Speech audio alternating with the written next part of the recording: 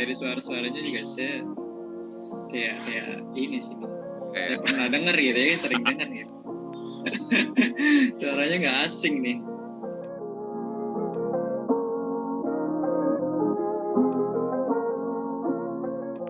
Halo teman-teman semua, namaku Jehian Panangian, si jabat, tapi kamu bisa panggil aku dengan sebutan Ian atau J. Nah, sekarang aku bekerja sebagai talent manager dari beberapa YouTuber, totalnya ada 10 orang. Dari nama-nama yang mungkin kamu tahu, seperti Jang Hansol, Leonardo Edwin, dan Jerome Pauline si jabat.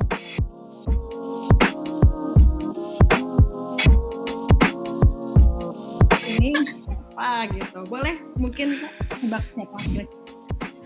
Kasih clue boleh kalau kamu mau minta clue. Karir kakak sekarang apa ya? Kira-kira. Okay. Tadi aku lupa tanya juga sih dari awal. Sip. Aku coba kasih kamu yang spesifik ya. Ini kalau misalnya kamu nggak tahu artinya emang aku orang asing aja gitu. Kerjaanku adalah aku ngurusin YouTuber. Bener kan? Terlalu gampang kayaknya, Fer. Soalnya suaranya tuh mirip kayak YouTubernya loh, Kak. Masa sih? Iya, Emang siapa YouTubernya? Ketawa yang siapa ya? Yang kuliah di luar negeri. Cuma emang mirip sih Kak suaranya. Enggak. Aku bukan YouTuber kok tapi. Tapi ini kalau aku nggak tahu tetap dikasih tahu kan? Oh iya, tentu saja. Nggak tahu panitianya gimana. Tadi sih dikasih tahu. Kakak tinggal di mana? Domisili atau tempat kerja? Boleh. Domisili di Surabaya. YouTuber Surabaya.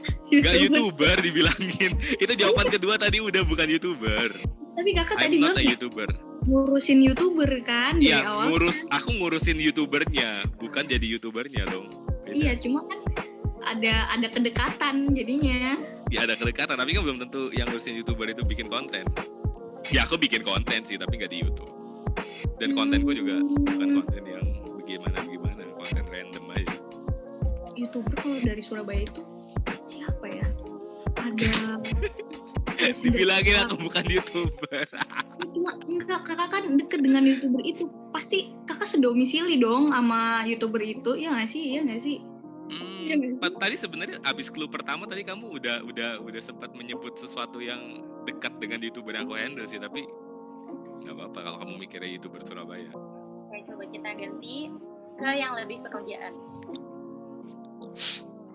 Kita ambil yang umum deh Kak, YouTuber aja. Kenapa tuh? Ya, kakak maksudnya sebagai YouTuber kah? Jawabannya bukan. Aku bukan YouTuber, tapi ini clue-nya ya. Aku sering muncul di YouTube channel orang. Waduh. Dan aku manage YouTuber. Kakak punya korelasi tentang influencer tadi ya Kak? Iya, betul. Hubungannya dengan seorang influencer. Ya.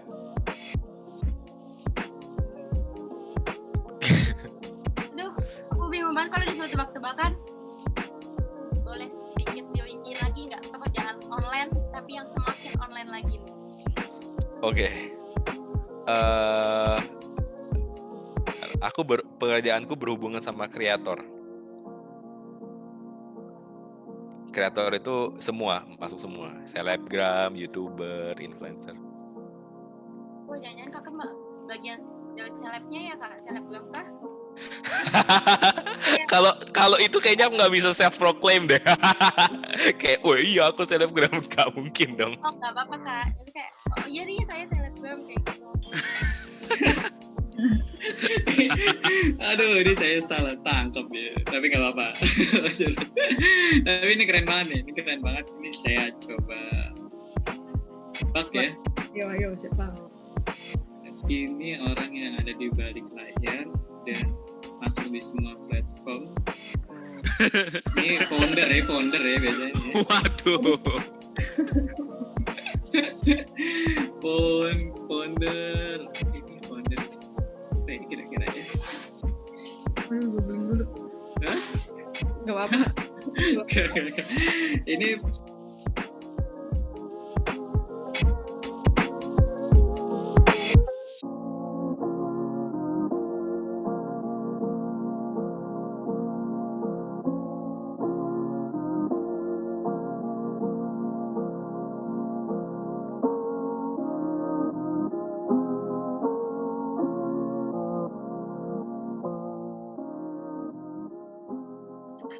Sip.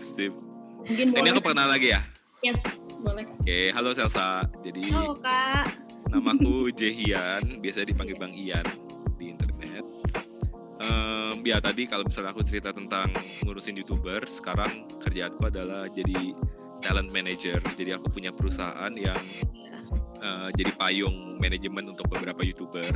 Salah satunya dan yang paling kayak andalanku ya Jerome, my own brother. Abis gitu ada Jang Hansol, ada ada Tura Partayana, ada Leonardo Edwin dan banyak lagi. Sekarang sih handle 10 talent seperti itu. Bang Ian, ini saya Yuk. mau tanya sesuatu nih, ya. Awal mulanya gimana bisa manajerin itu orang-orang terkenal yang ada di YouTube? Ya.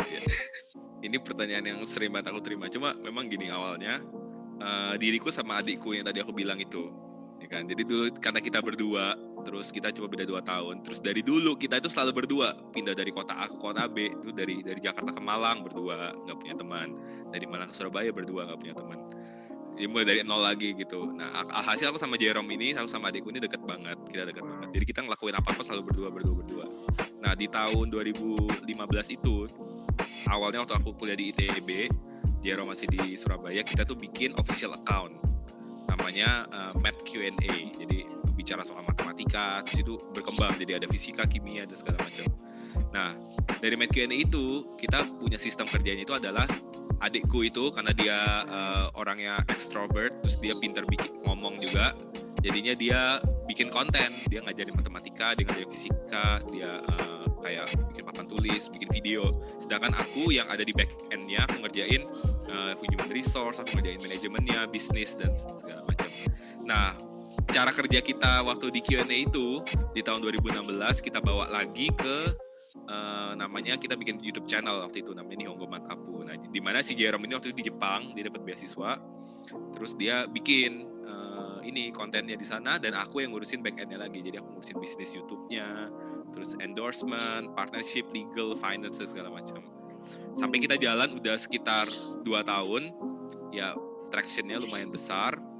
Nah, YouTuber luar yang ada di luar itu ngelihat aku sama Jerome kayak unik karena manajer lain itu biasanya itu kan kerjanya tuh jadi admin apa. Tapi kalau aku karena aku saudaranya Jerome, saudara dia, jadi aku sering masuk di YouTube-nya dia. Jadi manajer yang sering muncul ke permukaan, dikenal sama fans. Nah, akhirnya beberapa YouTuber lain pengen juga nih merasakan interaksi yang kayak aku dan Jerome lakukan. Akhirnya mereka approach aku. Aku merasa bahwa I think this is my calling. Untuk handle orang, manage orang. Akhirnya aku berusaha nambah 1 orang lagi. Aku pitch ke salah satu YouTuber waktu namanya Leonardo Edwin, dia nama channelnya. Terus akhirnya aku jadi manajer dari 4 YouTuber dan aku memutuskan mau jadi full timer. Itu how to work-nya itu gimana sih Kak untuk ngumpulin talent? Apakah ada fokus tertentu untuk talent-talentnya sendiri sih? Ya, jadi kalau secara talent pool yang aku ambil requirements-nya itu yang seperti itu. Jadi dia ada culture dari luar negerinya yang terekspos di kontennya dia. Entah dia orang Indonesia ataupun dia orang luar negeri. Itu circle utamanya. Tapi sekarang memang kita lagi coba untuk explore kreator-kreator lain. Sebagai contoh yang paling baru nih kita lagi coba kerjasama dengan Maria Clarin. Dia TikToker, beauty and fashion, jadi suka face paint gitu. Nama akunnya Maria Delovre. Nah, jadi kita lagi coba explore ke situ. Jadi nggak cuma yang kontennya vlog-vlog doang, tapi yang beauty juga coba kita handle. Oke, Mas ini maaf saya potong nih. Gak apa-apa. Mas Ian, ini tadi bilang memegang 10 talent yang ada di YouTuber di luar negeri. Itu pasti ribet banget gitu ya, manajemen orang kita manajemen sendiri aja kadang agak sulit gitu. Tapi Mas bisa manajemen orang YouTuber dengan berhasil. Itu gimana Mas?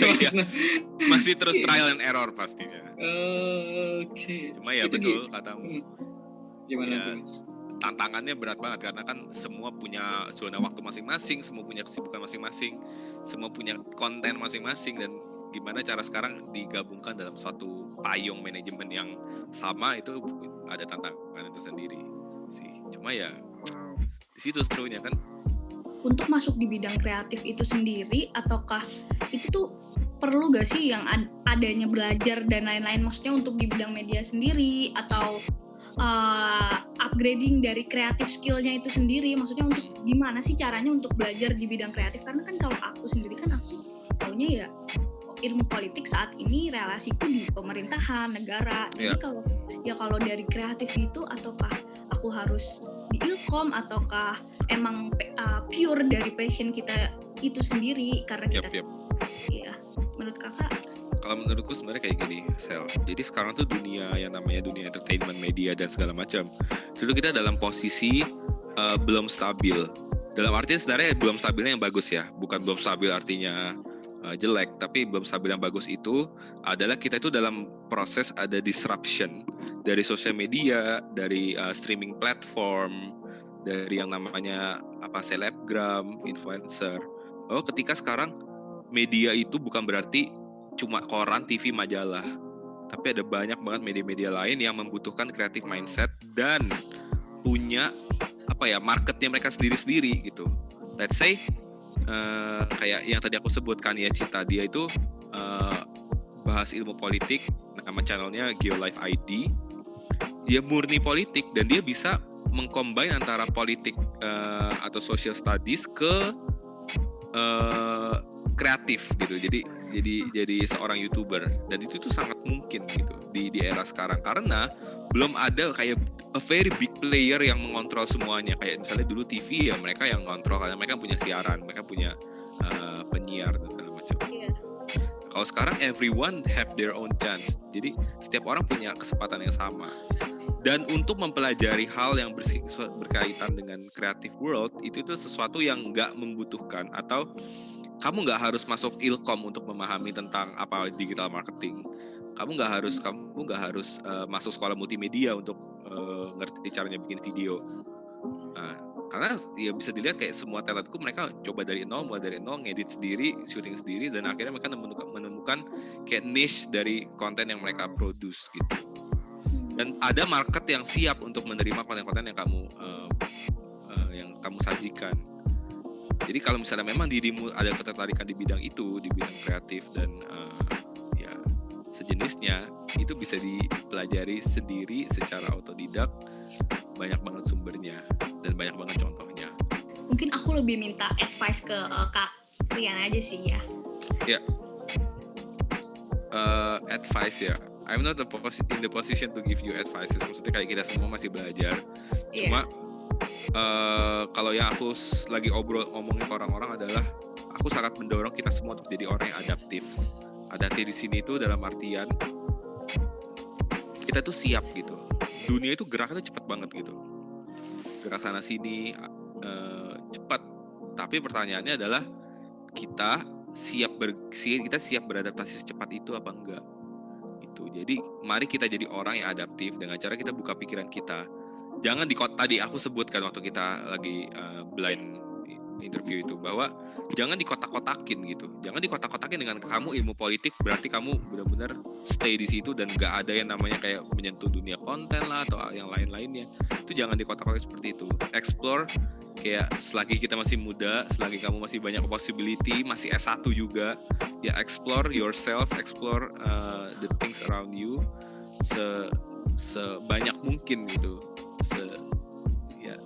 Setiap ada kesempatan yang ada, kamu coba ambil, kamu coba pelajari dari situ.